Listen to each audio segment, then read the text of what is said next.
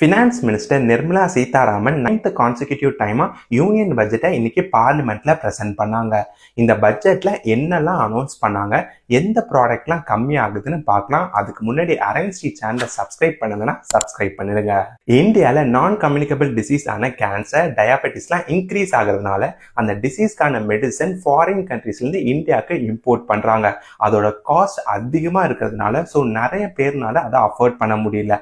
அந்த ப்ராப்ளமை சால்வ் பண்றதுக்காக இந்தியாவை பயோஃபார்மா மேனுஃபேக்சரிங் ஹப்பா மாத்துறதுக்காக யூனியன் பட்ஜெட்ல பயோஃபார்மா சக்தின்னு நெக்ஸ்ட் 5 இயர்ஸ்க்கு 10,000 crore rupees Indian government allocate பண்ணியிருக்காங்க. இந்தியாவில் next major problem semiconductor chip. India இதுக்கு முன்னாடி செமிகண்டக்டர் மிஷன் 1.0ல சிப் மேனுஃபேக்சரிங் அண்ட் டிசைன் மேல ஃபோக்கஸ் பண்ணியிருந்தாங்க. ஆனா raw materials, manufacturing equipment and full scale semiconductor eco சிஸ்டமை பில்ட் பண்ண முடியாமதுனால சிப் காஸ்ட் ரெடியூஸ் பண்ண முடியல. இதை சால்வ் பண்றதுக்காக யூனியன் பட்ஜெட்ல செமிகண்டக்டர் மிஷன் 2.0 அனௌன்ஸ் பண்ணியிருக்காங்க. இதுல எலக்ட்ரானிக் காம்பனன்ட் மேனுஃபேக்சரிங் ஸ்கீமுக்கு 4,000 crore rupees அலோகேட் பண்றேன்னு அனௌன்ஸ் பண்ணியிருக்காங்க.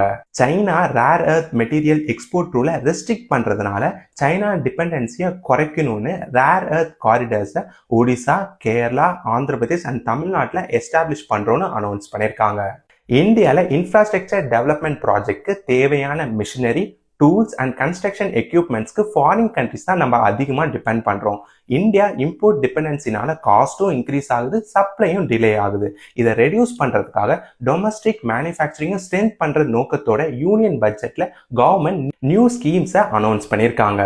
ஃபாரின் கண்ட்ரிஸை கம்பேர் பண்ணும்போது இந்தியாவில் இருக்க ஃபேக்ட்ரிஸும் சரி, இண்டஸ்ட்ரியல் ஏரியாவும் ரொம்ப அவுடேட்டடாக இருக்குது. அப்டேட்டட் மிஷினரிஸ் இல்லை, ப்ராப்பராக எலக்ட்ரிசிட்டி, வாட்டர், ரோடு இல்லை, டெக்னாலஜியும் பழசாக இருக்கிறதுனால ப்ரொடக்ஷன் கம்மியாகுது, இன்புட் காஸ்ட் அதிகமாகுது. ஸோ அந்த ப்ராப்ளமை சால்வ் பண்ணுறதுக்காக பழைய இண்டஸ்ட்ரியல் ஏரியாவை மாடர்னைஸாக மாற்றுறதுக்காக நியூ ஸ்கீமை ப்ரொப்போஸ் பண்ணுறோன்னு அனௌன்ஸ் பண்ணியிருக்காங்க. Tier 2 அண்ட் Tier 3 சிட்டிஸ்லேருந்து மெட்ரோ சிட்டிஸ்க்கு ஜாப்காக கஷ்டப்படுறாங்க.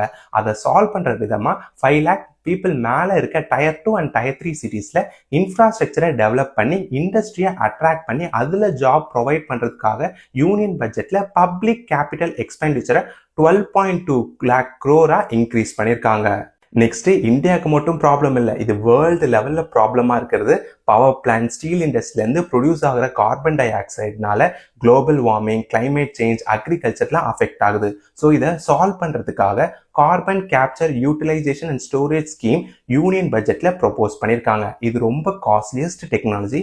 இதை யூஸ் பண்ணி பவர் பிளான்ட், ஃபேக்ட்ரிஸ்லேருந்து ப்ரொடியூஸ் ஆகிற கார்பன் டை ஆக்சைடை பிரித்து கெமிக்கல் அண்ட் ஃபியூலாக யூஸ் பண்ணலாம். அப்படி இல்லைன்னா அண்டர் கிரவுண்டில் சேவ் பண்ண முடியும். அதுக்காக நெக்ஸ்ட் 5 இயர்ஸ்க்கு 20,000 crore அலோகேட் பண்ணியிருக்காங்க. இந்தியன் சிட்டிலாம் டெவலப் ஆகிட்டு இருக்கு. ஆனால் அது பக்கத்தில் இருக்க வில்லேஜாக இருந்தாலும் சரி, டவுனாக இருந்தாலும் சரி டெவலப் ஆகிறது இல்லை. அந்த ப்ராப்ளமை சால்வ் பண்ணுறதுக்காக யூனியன் பட்ஜெட்டில் சிட்டி எக்கனாமிக் ரீஜியன் டெவலப்பிங்கை ப்ரொப்போஸ் பண்ணியிருக்காங்க. இதில் ஒரு சிட்டி பக்கத்தில் இருக்க டவுனாக இருந்தாலும் சரி, வில்லேஜாக இருந்தாலும் சரி, அதை டெவலப் பண்ணுறதுக்காக இந்த ஸ்கீமில் நெக்ஸ்ட் 5 இயர்ஸ்க்கு 5,000 crore கவர்மெண்ட் இன்வெஸ்ட் பண்ணுறாங்க. இந்தியன் கம்பெனிஸ்க்கு ஃபாரின் இன்வெஸ்ட்மெண்ட் தேவைப்படுறதுனாலையும் அண்ட் ஸ்டாக் மார்க்கெட்ல ஃபாரின் இன்வெஸ்ட்மெண்ட்டை அட்ராக்ட் பண்றதுக்காகவும் ஃபாரின்ல இருக்கிறவங்களுக்கு போர்ட்ஃபோலியோ இன்வெஸ்ட்மெண்ட் ஸ்கீம் மூலமா இந்தியன் கம்பெனிஸ்ல இன்வெஸ்ட் பண்ணலாம். அண்ட் ஃபாரின் இன்வெஸ்டர்ஸ் இந்தியா கம்பெனியோட 10% ஷேரை ஹோல்ட் பண்ணலாம்னு அனௌன்ஸ் பண்ணியிருக்காங்க.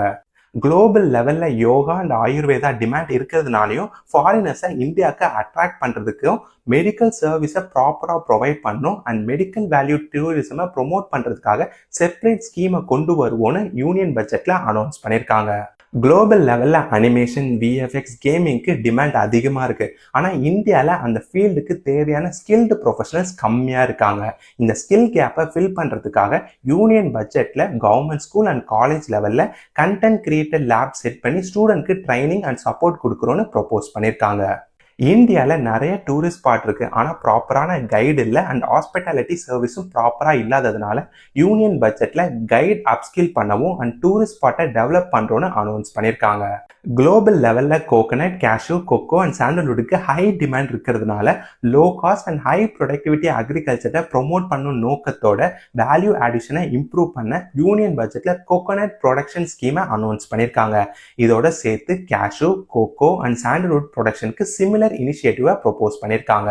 எஜுகேஷன் அண்ட் மெடிக்கல் ரீசனுக்காக ஃபாரின் கண்ட்ரிக்கு கேஷ் சென்ட் பண்றதுக்கு 5% TCSல இருந்து 2% கம்மி பண்ணியிருக்காங்க.